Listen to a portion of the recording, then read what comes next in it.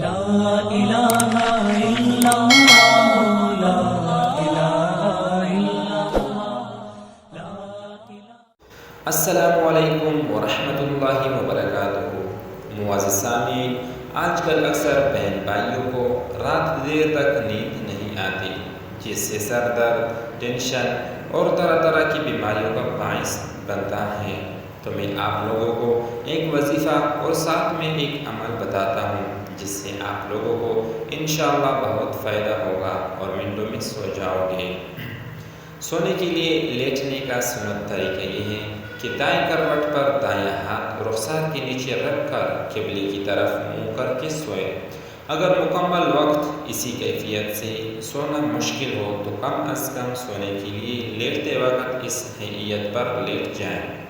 بصورت دیگر سیدھا لیٹنے میں بھی حرج نہیں، البتہ پیٹ کے بل الٹا لیٹ کر سونا ناپسندیدہ اور ممنوع ہے۔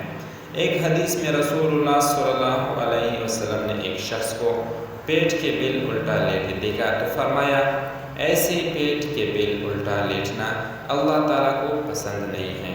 تو بھائیوں، سیدھا سنت کے مطابق لیٹنے کے بعد حضرت حذیفہ رضی اللہ تعالیٰ عنہ سے روایت ہے کہ نبی کریم صلی اللہ علیہ وسلم رات کو جب اپنے بستر پر جاتے تو دایاں ہاتھ اپنے دائیں رخسار کے نیچے رکھتے، پھر فرماتے، اللہم باسمک اموت و احیا، اور جب نیند سے بیدار ہوتے تو فرماتے، الحمدللہ الذی احیانا بعدما اماتنا والیہ النشور۔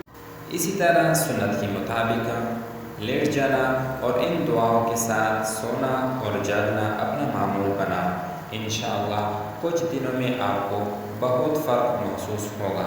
تو بھائیو، اگر ابھی تک آپ نے ہمارا چینل سبسکرائب نہیں کیا تو جلدی سے سبسکرائب کریں اور بیل آئیکن کو دبائیں تاکہ ہماری آئندہ کی وظائف کی ویڈیوز آپ کو اپنی وقت پر پہنچ سکے۔